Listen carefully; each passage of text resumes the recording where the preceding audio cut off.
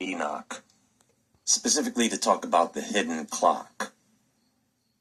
Most people have no idea that the Book of Enoch might actually have within it a divine method of timekeeping, especially in chapters 72 through 82, what's called the Book of the Luminaries.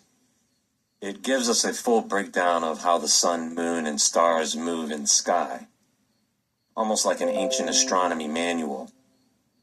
It introduces a 364-day calendar, which was shown to Enoch by the angels.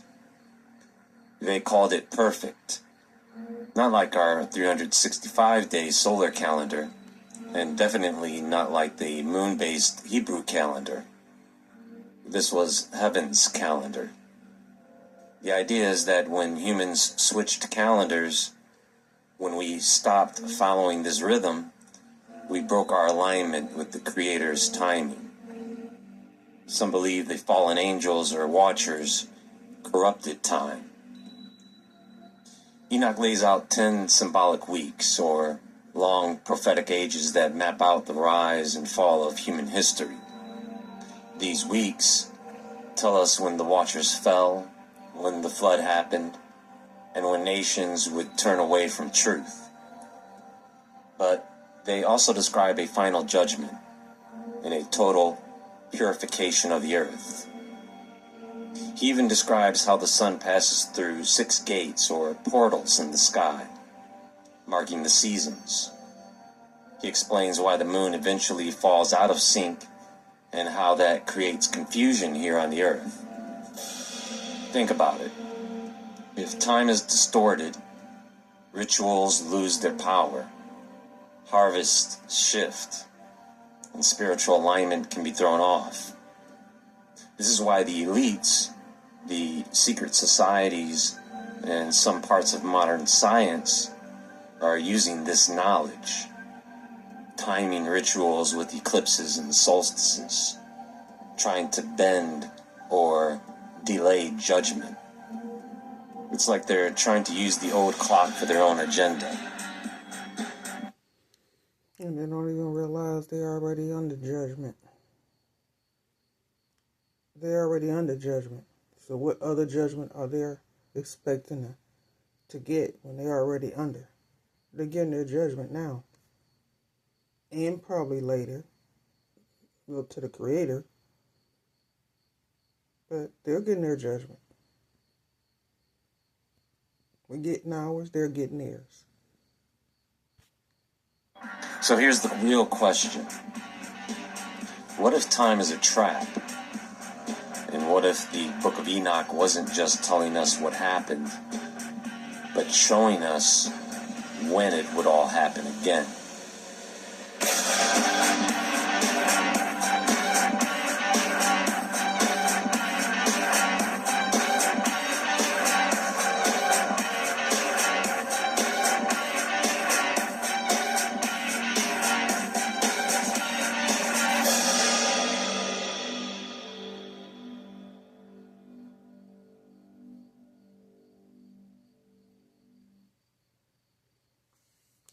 A question we get all the time is, how do you do culinary school online? And the way we do it is by focusing on technique. Okay, so in the Book of Enoch, specifically the Book of the Luminaries, Enoch is guided by the angel Uriel, and he is basically shown an ancient cosmic timekeeping system. Enoch is taught that the sun and moon follow exact paths through specific portals in the sky. There are 6 portals in the east where the sun rises and 6 in the west where it sets. These are like invisible zones in the sky that the sun and moon travel through in a predictable rhythm. And depending on which portal the sun uses to rise and set, the length of the day changes. That's how they track the seasons. Over the course of the year, the sun moves through these portals, shifting slightly each month. For example, when it rises in the 4th portal, the day gets longer and longer, and nights get shorter. This is what we would call spring moving into summer.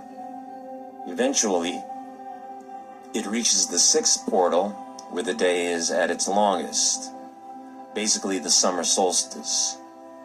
Then it starts to reverse. The sun begins moving back through the portals in the opposite order, and the days slowly get shorter again. Enoch explains this process in parts, almost like measuring time in slices. When the day is at its longest, it's described as 12 parts long, and the night is only 6. But when it reverses and the year heads towards winter, those numbers flip. The night becomes 12 parts and the day drops to 6. These parts are just a way to measure how light and dark shift throughout the year. Now, this entire system is built on a 364-day calendar. According to the text, this was the original calendar, a heavenly calendar, and Enoch was shown it by the angels. It was perfect, no leap years, no adjustments, just pure repeating time. So the Book of Enoch suggests that when humanity stopped following this calendar, we actually broke our alignment with sacred time or God's rhythm. And according to the text, the fallen angels played a role in corrupting this timing. Once that happened, things like rituals, harvests, and festivals became distorted. So after learning how the sun moves through the sky, Enoch is shown how the moon works. Uriel explains that the moon also follows a pattern, but it's a bit different than the sun. Instead of one steady rhythm, the moon's brightness changes throughout the month, waxing and waning. And Enoch is told that this change happens in parts or phases. The moon's orbit isn't random either. It rides in a kind of chariot, powered by wind, which is symbolic, of course, and it receives just a portion of the sun's light, about 1/7 to be exact, when it's full.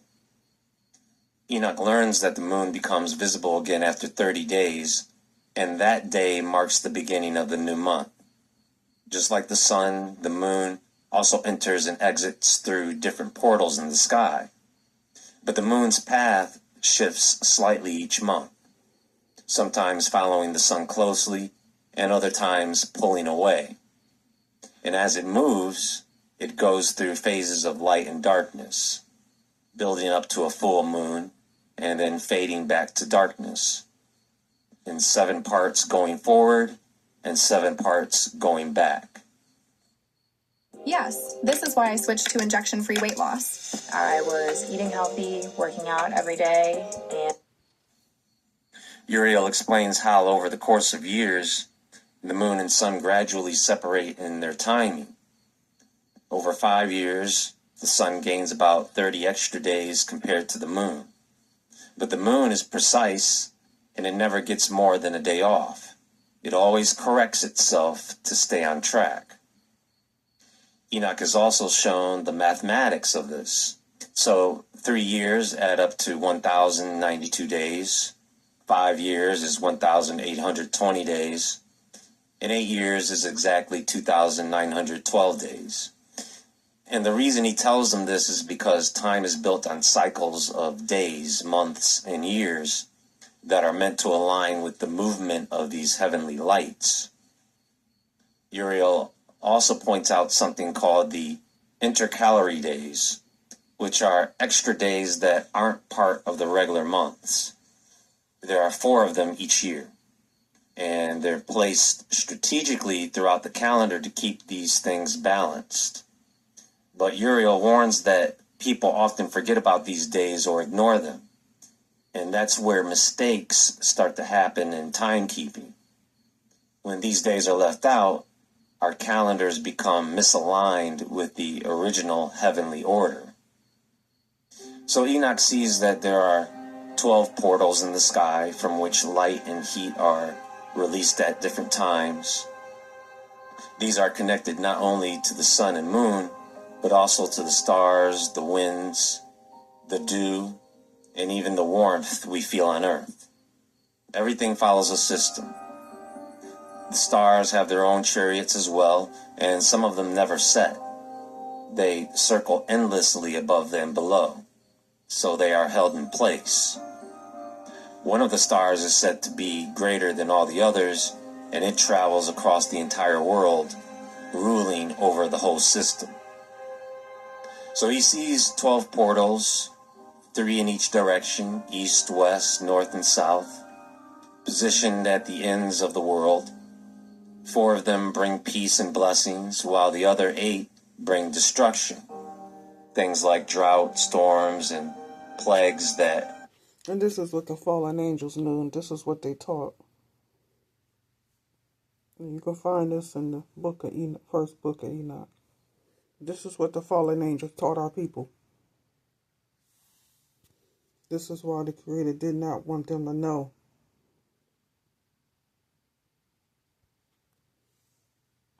Affect everything from people to land and sea. Each wind has its own characteristics depending on which portal it comes from. For example, one eastern portal sends out a scorching wind that brings heat and death. Another brings balance, rain, peace, and growth. And another sends cold and dryness. The same pattern happens with winds from the south, north, and west. Some are gentle and life-giving, others carry destruction. You could think of it as an ancient explanation of weather and natural forces. It's like ancient meteorology, but with a spiritual undertone. Enoch then talks about the names and roles of these winds. The eastern wind is considered the first, maybe because it's where the sun rises. The southern wind is special because it's the direction from which God descends, which makes it sacred. The western wind is associated with the setting of the sun, symbolizing the end or the diminishing of light. The north wind is interesting because it's divided into 3 zones. One for where people live, one for oceans and forests, and one that includes the Garden of Justice, possibly hinting at a sacred or hidden place. He also describes 7 massive mountains and 7 great rivers. And time flows from these mountains, and the rivers split and travel to distant seas, including some we now associate with ancient names like the Red Sea. All of this is tied to what Enoch calls laws, cosmic rules shown to him by Uriel. These laws govern how light moves, how time is measured, and how seasons and winds change. He is speaking to his son, Methuselah, telling him that everything he sees about the stars, the sun, and the moon has now been fully revealed to him. He says he learned how each of the heavenly bodies follows a set path and schedule, day by day, week by week, month by month. He explains how the moon's phases are part of a pattern, how it gains and loses light in certain portals, and how the beginning of each month can be tracked by its cycle. He also says that the moon lags behind the sun by exactly 5 days at certain points. Uriel also warns him about what's going to happen in the future when people turn away from God. During those times, now listen closely, the natural cycles will get messed up. The years will seem shorter. The rains won't come when they're supposed to. Crops will fail, and the moon won't follow its normal. Like what's happening right now, Israel. This is what's taking place now. So this is what Enoch foreseen on what was going to take place. And this is what we're dealing with right now. Path. Even the stars and their leaders will go off course, and people will start to believe strange things about them, treating them like gods instead of... Hi, I'm Mark Elias, a lawyer for the Democrats, and I need your help to join me in standing up against recognizing the true creator. Chaos and confusion will grow among humanity, and judgment will eventually follow. Enoch is then shown the tablets of heaven, which hold the record of everything, every action of every person who will ever live. He reads it all and realizes how patient and just God is. He says, the happiest people are those who die with a clean record, those who live righteous lives and don't have a book of iniquity written about them. Enoch is told to go back to his family, to teach them everything he's learned, and write it down so future generations can know the truth. He's given a year to do this before he'll be taken up again. He's told that good people will recognize each other and rejoice together, while the wicked will fall together. Even the righteous will sometimes die because of the evil in the world, but their deaths are not in vain. They're gathered back to God because of the sin surrounding them. Enoch tells Methuselah to keep these writings safe and pass them down through the generations. The knowledge he's been given is divine wisdom, meant to open people's eyes. He says those who truly understand it will stay spiritually awake and alert, and they'll value this wisdom more than food itself. He also gives insight into how the calendar works according to heavenly order. There are 364 days in a year, with extra days that people often forget to count. These extra days are important because they help align the seasons, the festivals, and the movement of the stars. Specific angels oversee the divisions of the year, each ruling over a portion of time. Enoch names some of these angels and describes how the earth shows signs of their influence, like when the flowers bloom, fruits ripen, or the weather changes. Each period has its own character, and the leadership of these heavenly beings is demonstrated in the cycle of nature. I just wanted to give you a rundown or a breakdown of this section of the book of Enoch because it is very difficult to read and understand. And I hope that you can take this information with you and share it where needed. Everyone, have a great day. And until next time, stay awake, stay aware, stay safe, and I'll talk to you all soon.